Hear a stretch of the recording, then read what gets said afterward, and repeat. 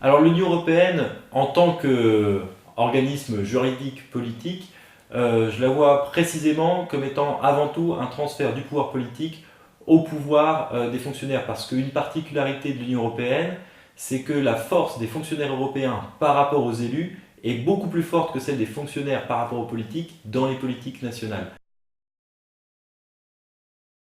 Un sujet qu'il faut vraiment mettre sur la table pour moi qui est plus urgent, c'est est-ce que les citoyens veulent vraiment d'une démocratie? Parce que on va très facilement trouver des personnes qui vont nous dire c'est vrai, on nous a volé la démocratie, il y a des votes, on est consulté, on vote non contre la Constitution européenne, finalement elle se fait sans nous, c'est injuste, on vole la démocratie. Mais finalement, dès qu'il s'agit de réunir des personnes autour d'une table pour aller vraiment accorder du temps pour mener sa vie autrement, est-ce qu'on trouve encore du monde? Nous on le voit dans les associations qui essaient de faire de l'éducation populaire.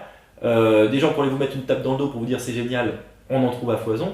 Des personnes qui viennent vraiment avec vous travailler sur la durée pour fournir de l'effort, pour améliorer sensiblement leur quotidien et pas juste penser à leur confort personnel, à ce que eux, à titre individuel, pourraient en retirer, il y en a très peu. L'individualisme, c'est-à-dire non pas l'égoïsme, mais l'idée que la réussite de chacun n'est pas indexée sur la réussite du collectif, elle détermine nécessairement un désengagement politique. Il ne peut y avoir d'engagement politique que lorsque l'on accepte l'idée que tous nos destins sont liés ensemble. Travailler sur un petit territoire, ça permet de rendre vraiment une décision tangible, puisqu'il y a un découragement lorsque les personnes ont l'impression soit que les décisions mettent trop de temps à être mises en œuvre, soit que les dossiers mettent trop de temps à ce que l'on puisse les comprendre et se positionner dessus.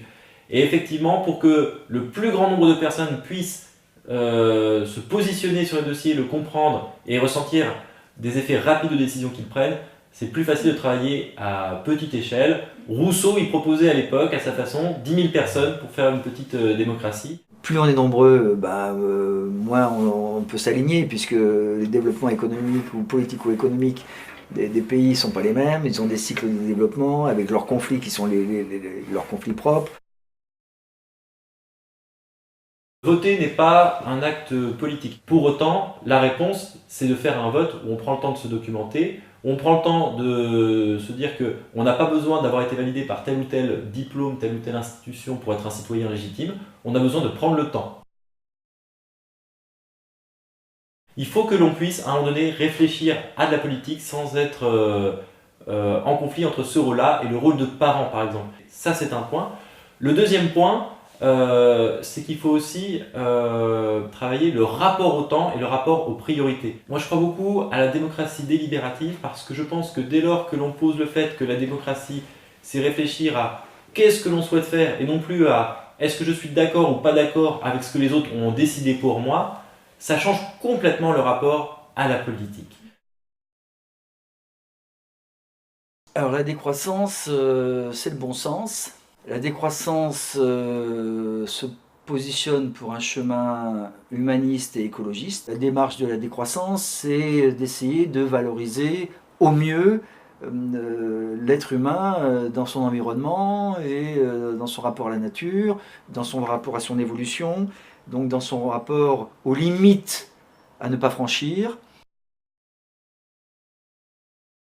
Voilà, alors en 3 mots, la décroissance, il ne faut pas oublier qu'elle se doit d'être joyeuse, partage, fraternel, local, et de bien prendre conscience comment on évolue ensemble pour pouvoir évoluer le mieux possible et donc construire du nous avec un N majuscule au sens grec du terme, le nous N-O-U-S, et non pas du je J-E.